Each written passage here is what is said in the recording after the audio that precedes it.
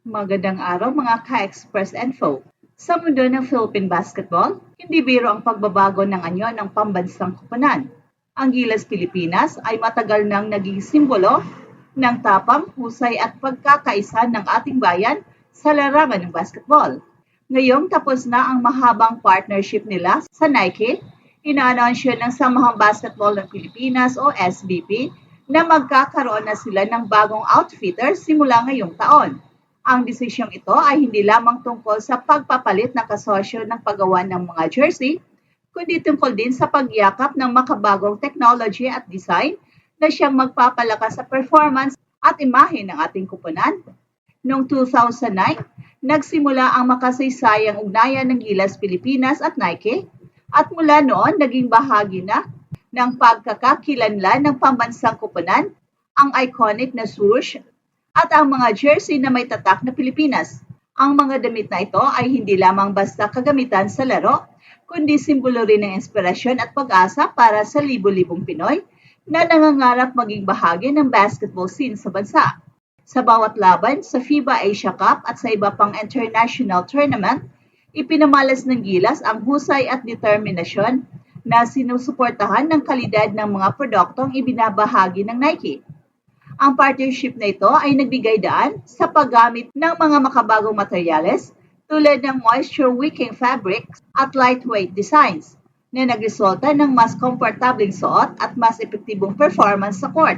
Gayunpaman, matapos ang halos 2 dekada, natapos na rin ang kasunduan sa pagitan ng SBP at Nike na nagbukas ng bagong yugto para sa pambansang koponan. Noong katapusan ng 2024, opisyal nang natapos ang partnership ng SBP sa Nike. Sa isang press release, ipinaliwanag ng SBP na tapos na ang kasunduan at magsisimula na silang makipag-collaborate sa ibang bagong partnership para sa kanilang mga outfits. Ang announcement na ito ay sinamahan ng katiyakan na lahat ng koponan ng Gilas, mula sa men's team hanggang sa iba pang youth at women's teams, ay nananatiling fully equipped para sa mga local at international tournaments. Ang bagong outfitter ay hindi lamang papalit sa dating partner, kundi magiging instrumento sa pagbibigay ng mas mataas na antas ng technology at design na makakatulong sa mga atleta na magbigay ng kanilang pinakamainam na performance sa court. Well, maraming tanong ang lumilitaw mula sa mga tagahanga. Is Gilas Pilipinas doing a makeover again with their jerseys? Ang sagot dito ay hindi lamang simpleng pagbabago ng kulay o logo. Ito ay isang malaking hakbang patungo sa mga modernong anyo ng pambansang koponan. Ang makeover na ito ay nakatuon hindi lamang sa aesthetics, kundi pati na rin sa functionality ng uniform. Sa makabagong design, inaasahan na makikita natin ang pagsasama ng traditional na elemento ng kulturang Pinoy at ang pinakabagong technology sa sports apparel. Mula sa mga ergonomic design na sumusunod sa natural na galaw ng katawan ng atleta hanggang sa paggamit ng mga bagong materyales na nagbibigay ng better breathability at durability, ang bagong uniform ay inaasahang magbibigay ng competitive edge sa mga manlalaro.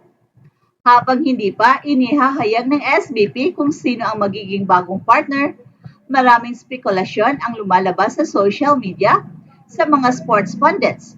Isang posibleng pangalan na nabanggit ay ang Mighty Sports Apparel and Accessories, isang lokal na kumpanya na kilala sa paggawa ng customized at ready-to-wear sports apparel. Ang pagbabago ng outfitter ay nagdudulot ng halo-halong emosyon sa mga tagahanga. Sa isang banda, may mga fans na nalulungkot sa pagtatapos ng Nike era dahil sa damdamin ng nostalgia at sa pagmamalasakit sa mga alaala ng kanilang mga paboritong laban noong panahon ng partnership. Sa kabilang banda, may mga excited namang sabik makita ang bagong anyo ng Gilas at ang posibilidad na dala nito ang bagong pag-asa para sa mas mataas na antas na competition. Sa social media, mabilis na nagkalat ang mga opinyon at prediksyon hinggil sa magiging design ng bagong uniform. Marami ang nagsasabing, bagong era, bagong sigla, habang ang ilan naman ay nagtatanong kung paano mapapanatili ang iconic element ng Gilas jerseys sa kabila ng modernisasyon. Well, sa kabila ng mga positibong pananaw, hindi rin may kakailan na may mga hamon sa transition period. At isa na rito sa mga pangunahing isyu ay ang adjustments ng mga atleta sa bagong design at fabric ng kanilang uniforms. Ang bawat atleta ay nasanay na sa comfort at performance ng kanilang dating mga kagamitan. Kaya't mahalaga ang bagong outfitter ay magbigay ng sapat na suporta upang maging smooth ang transition. Ang SBP ay kailangang maging bukas sa feedback mula sa mga manlalaro at coaches upang agad na ma-address ang anumang problema sa usability ng bagong design. Habang unti-unting lumalapit ang opisyal na announcement ng bagong partnership, maraming tanong ang umiikot sa mga isipan ng mga taghanga. Ano na ba ang magiging etsoran ng bagong Gilas jersey? Anong mga inobasyon ang ipapasok para mas lalo pang mapaangat ang performance ng kupunan? Ang mga possible innovations ay maaaring sumaklaw sa paggamit ng smart textiles na kayang mag-monitor ng performance metrics ng atleta at mga eco-friendly materials na makakatulong din sa kapaligiran. Higit sa technical na aspeto ng mga bagong uniforms, mahalagang bigyang diin ang kultura na dimensyon ng disenyo. Ang bawat elemento ng Gilas jerseys ay may dalang symbolism at kasaysayan.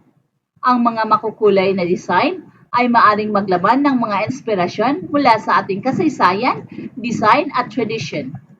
でもいいかなと思うんですよね。そしてそのカイソット、そして須藤からそのカイソット、つないでますね。ゴールしたカイソット。タイムアウト近づいています。ブロックですね。タイムアウト近づいています。ブロックですね。須藤からカイソットから自ら激しくついていきます。そしてカイソットいいですね。カイソットに通ったリバウンドジャスティン・マスブロックしましたね。ただファウルが鳴っています。いやディフェンスの声、信州ブースターカイソット、運動に栗原がついています。カイソットこの位置から沈めているというのはありますが、うまいですね。一方の横浜カイソットです。ボールを奪った。そしてカイソットキープ2本目。さあカイソットとエヴァンスはカイソット、ここは決まった。そのマッチアップ中に通した。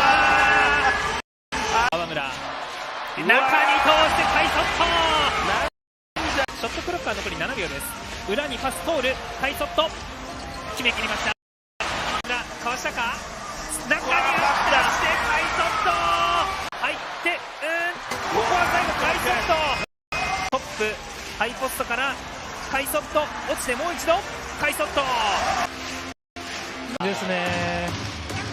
いやしかしカイソットがいたですね。いやしかしカイソッ